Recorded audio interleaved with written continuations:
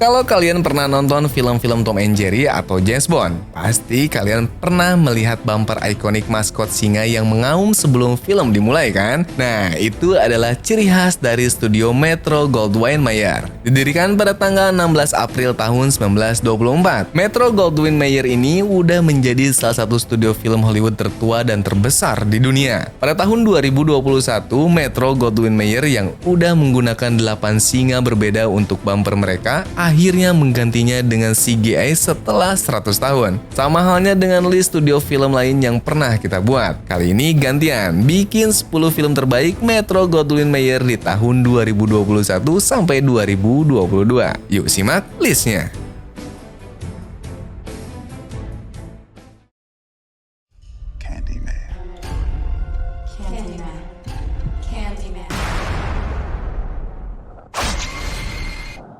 Film pertama, Candyman.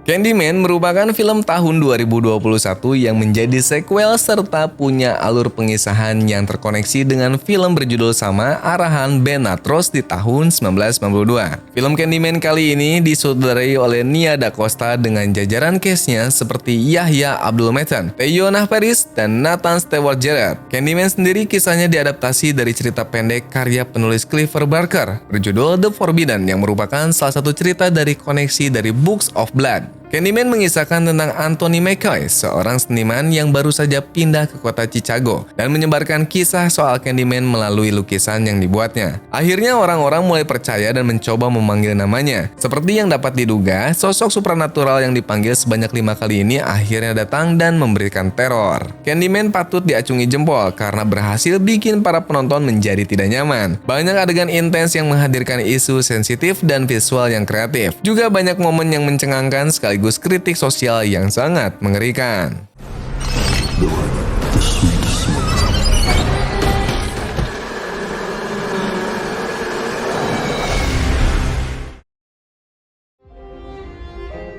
Meet the mummy, Simmy! Fun with this cousin of Chicago soil. Film selanjutnya, Till. Till digarap oleh sutradara Chinoye Chukwu yang sebelumnya menggarap Clemency dan Alaska Land. Ia juga di Till ikut menulis naskahnya bareng Michael Riley dan Kate Beckham. Till merupakan film drama biografi yang rilis perdana pada tanggal 6 Januari tahun 2022 dengan durasinya sekitar 130 menit. Di dalamnya ada aktor dan aktris terkenal seperti Daniel Deadwyler, Whoopi Goldberg, dan Halle Bennett. Film ini menceritakan kepada dunia sebuah kisah yang tragis yang dialami oleh Mami Till Mobley. Mami Till Mobley ini mencari keadilan untuk putranya yang berusia 14 tahun yang bernama Emmett Till, yang pada tahun 1955 ini digantung secara brutal saat mengunjungi sepupunya di Mississippi. Ia bisa dibilang menjadi orang kulit hitam di tempat yang salah pada waktu yang salah. Till sendiri adalah sebuah usaha yang coba dilakuin dengan baik dan jadi sarana pengingat untuk memperhitungkan warisan pribadi dan masyarakat dari kekerasan rasial yang tercela. Till juga menjadi film yang sangat emosional dalam mengisahkan perjuangan seorang ibu mencari keadilan. Terasa pas juga dengan penampilan luar biasa dari Daniel Deadwyler. Doi benar-benar bisa menghidupkan sosok Mami Till Mobley yang berwibawa dan penuh dengan derita. Your life gonna help him. These pictures of your son. I can't look back. The business of us all. But that name, And then the Gucci on my life. your name, Rich New Blood. House of Gucci merupakan film biografi drama crime yang diarahkan oleh sutradara Ridley Scott. Film ini mempunyai cast yang glamor, diantaranya ada Jared Leto, Adam Driver, Lady Gaga, Salma Hayek, dan Al Pacino. Dengan rilis perdananya pada tanggal 17 Desember tahun 2021, House of Gucci ini udah mendapatkan pendapatan sebesar 153,3 juta US dollar. Mengisahkan tentang kehidupan rumah tangga ahli waris Gucci, yaitu Maurizio Gucci dan istrinya yang bernama Patricia Reggiani. Selama pernikahan mereka berlangsung, sering banget mereka berantem dan hal inilah yang mengacaukan hubungan di antara keluarga Gucci sekaligus juga mengancam kelangsungan perusahaan Gucci. House of Gucci sangat kebantu banget sama penampilan aktor dan aktrisnya yang luar biasa untuk menghidupkan setiap karakternya. Dari segi cerita memang kurang konsisten, tapi House of Gucci menjadi sajian yang pas untuk kalian yang menyukai kisah tentang intrik keluarga kaya ala telenovela. I don't consider myself to be a particularly ethical person. Can you keep a secret? Father, son, and house of Gucci. There's a lot to story. There's a lullaby for stuff to blame, admission to murder. Film selanjutnya Bones and All. Bones and All tayang perdana di Film Festival Internasional Venesia ke-79 dan memenangkan Silver Lion untuk penyutradaraan terbaik. Film yang menampilkan aktor dan aktris kaliber Taylor Russell, Timothée Chalamet, dan Mike Rylance, merupakan film romance yang mengambil tema kanibal.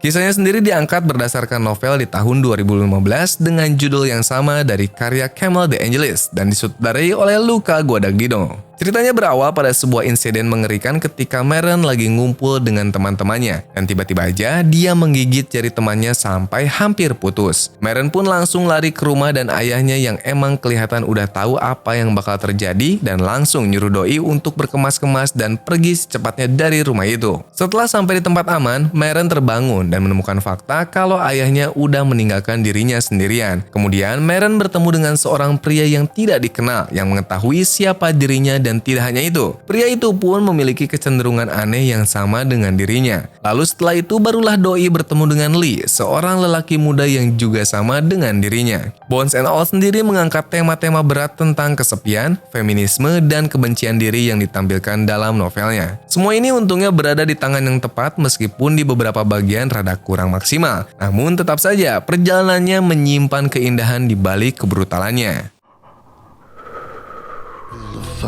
Cruciferium. My story is true by nature. I have no children, no siblings. I did once have a husband.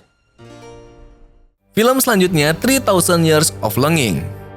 George Miller yang terkenal dengan karya franchise Mad Max-nya kali ini menggarap film genre fantasi romance yang berjudul 3000 Years of Longing. Film ini perdana rilis di Cannes Festival pada tanggal 20 Mei tahun 2022. Kemudian barulah rilis global pada tanggal 26 Agustus tahun 2022. Sayangnya, walaupun 3000 Years of Longing mendapatkan review positif dari para kritikus, tapi tetap saja kurang begitu sukses di pasaran dengan hanya mendulang pendapatan sebesar 20,3 juta US dollar. Dari budgetnya yang lumayan sangat tinggi, sekitar 60 juta US dollar. Film ini diangkat dari cerita pendek berjudul The Djinn in the Night Tale of Eye pada tahun 1994, dibintangi oleh Tilda Swinton dan Idris Elba. Mengisahkan tentang Dr. Elita Bini, seorang akademis yang percaya akan hal yang masuk akal saja. Namun ketika dia menghadiri konferensi di Istanbul, dia bertemu dengan seorang jin yang mampu mewujudkan 3 permintaan. 3000 Years of Longing punya cara yang unik dari kisah antara manusia bersahabat dengan jin. Ternyata film ini menawarkan bahasan yang lebih dalam soal cinta dan kesendirian, sembari juga mengusung gagasan yang kuat tentang betapa kuatnya sebuah efek sebuah storytelling terhadap audiensnya. Penampilan akting yang jempolan, juga visual dongeng yang sangat imajinatif.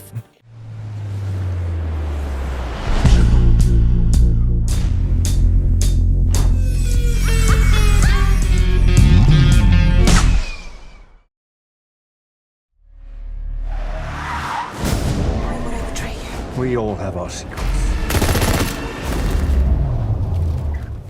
Film selanjutnya No Time to Die.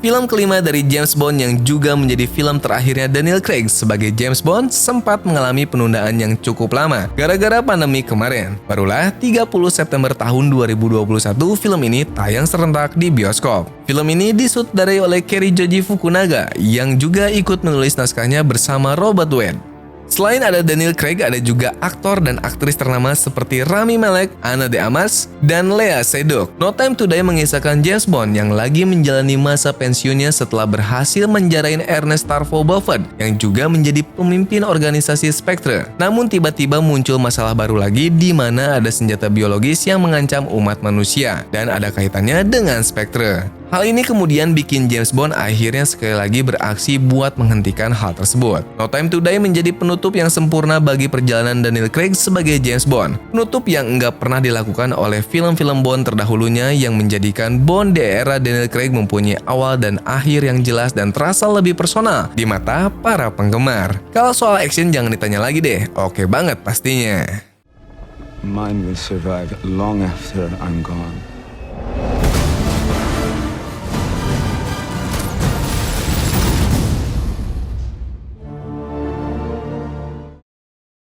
It was all waiting to happen.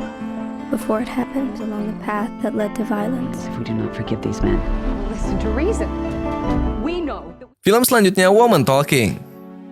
Film arahan sutradara wanita Sarah Polley ini yang juga menulis naskahnya mempunyai ensemble cast perempuan-perempuan yang luar biasa menawan. Mulai dari Rooney Mara, Claire Foy, Jessie Buckley, sampai Frances McDormand. Kisahnya sendiri terinspirasi dari peristiwa nyata yang terjadi pada tahun 2009 sampai dengan 2011 di sebuah komunitas terpencil agama Mennonite di negara Bolivia. Melalui film ini, Sarah Polley selaku sutradara dan penulis skenario meraih nominasi di ajang Oscar sebagai Best Adapted Screenplay, dan juga filmnya mendapatkan nominasi Best Picture. Woman Talking mengisahkan gimana sekelompok wanita mengalami serangkaian peristiwa pemerkosaan yang dilakukan sama laki-laki di komunitas tersebut. Mereka harus mutusin untuk tidak melakukan apa-apa, tetap tinggal dan berjuang atau pergi dari sana. Melalui film ini, Sarah Polley dan skenarionya yang luar biasa mampu mempertanyakan harapan, keyakinan, dan agama.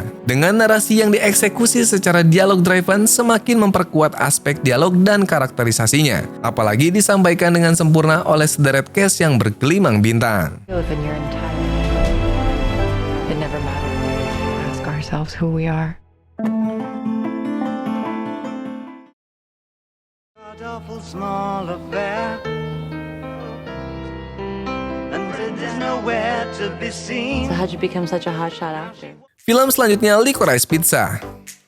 Licorice Pizza merupakan film romantik komedi yang disutradarai oleh sutradara ternama yaitu Paul Thomas Anderson yang sebelumnya berhasil menggarap film ternama seperti Magnolia dan There Will Be Blood. Film ini juga mendapatkan 3 nominasi di ajang Oscar. Licorice Pizza juga menjadi debut akting sekaligus peran utama bagi Alana Haim dan Cooper Hoffman. Film ini berfokus pada Gary, seorang aktor cilik yang jatuh cinta sama Alana, seorang asisten foto yang dia temui di sekolahnya. Akan tetapi, perjalanan Gary dan Alana tidak semulus yang mereka kira, karena mereka harus melalui ragam problematika seperti krisis ekonomi hingga perbedaan usia di antara keduanya. Film ini bukan cuma sekedar drama romansa remaja pada umumnya, tetapi juga melalui permasalahan seperti perbedaan umur dalam percintaan serta berbagai problematika lain di sekitarnya. Yang juga didukung dengan debut akting yang sempurna dari Alana Haim dan Cooper Hoffman, bikin film ini tidak boleh kalian lewatkan begitu saja.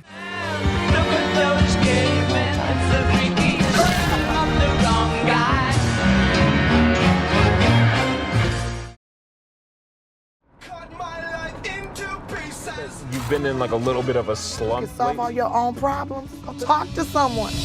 I'd like to make a return. Film selanjutnya On the Count of Three. On the Count of Three merupakan film drama black comedy yang dirilis pada tanggal 13 Mei tahun 2021, debut arahan sutradara Jared Carmichael dan naskahnya ditulis oleh Eric Ketcher. Dibintangi oleh Carmichael dan Christopher Albert sebagai pemeran utamanya. On the Count of Three mengisahkan tentang Val, seorang pekerja kerah biru yang lagi depresi mencoba bunuh diri di kamar mandi, tetapi nggak bisa melakukannya setelah rekan kerjanya yang ngeselin masuk dan mulai bernyanyi. Val sendiri putus dengan pacarnya yang bernama Natasha dan berhenti dari pekerjaannya. Dia lalu membantu sahabatnya Kevin yang baru-baru ini mencoba bunuh diri dan melarikan diri dari rumah sakit jiwa. Val memberitahu Kevin bahwa bunuh diri adalah jawabannya dan mereka memutuskan untuk menembak wajah satu sama lain. On the Count of Three ini menjadi debut fenomenal buat Jared Carmichael. Filmnya sendiri mempunyai premis yang menarik banget dan 30 menit pertama yang sangat luar biasa mengesankan. Terlebih diskusi yang dibuka untuk Val dan Kevin sebagian besar terasa sangat santai. Penampilan dua aktor utamanya yang sangat fantastis bikin karakternya terwujud dengan baik. Endingnya rada belak-belakan yang bikin kita berharap untuk perbincangan akhir yang lebih menggugah pemikiran antara keduanya yang mengeksplorasi hidup dan mati. Film ini menguak makna, seserius apapun itu ada beberapa momen menyenangkan untuk dirayakan. We're not gonna see tomorrow. Do whatever we want with no consequences. So, are you in? I'm just doing alright.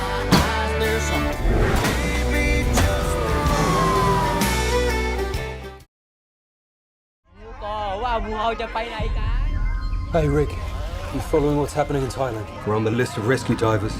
It's impossible. Dan untuk di puncak daftar ada film 13 Lives.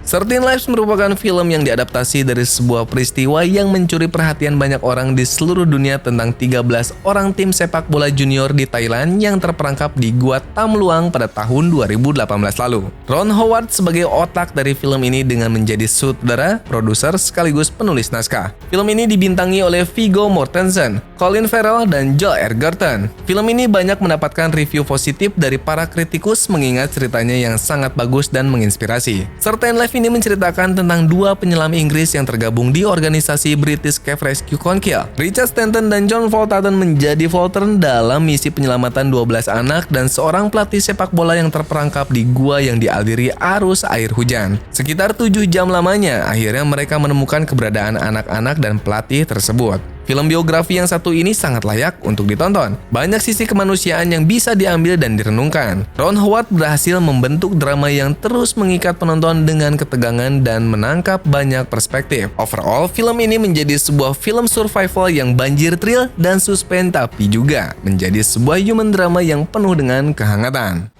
So you are expecting casualties? Yeah, okay, just give me a minute. Please. Dari banyaknya film yang diproduksi oleh Metro-Goldwyn-Mayer pada tahun 2021 sampai dengan 2022, mana nih yang menjadi favorit kalian?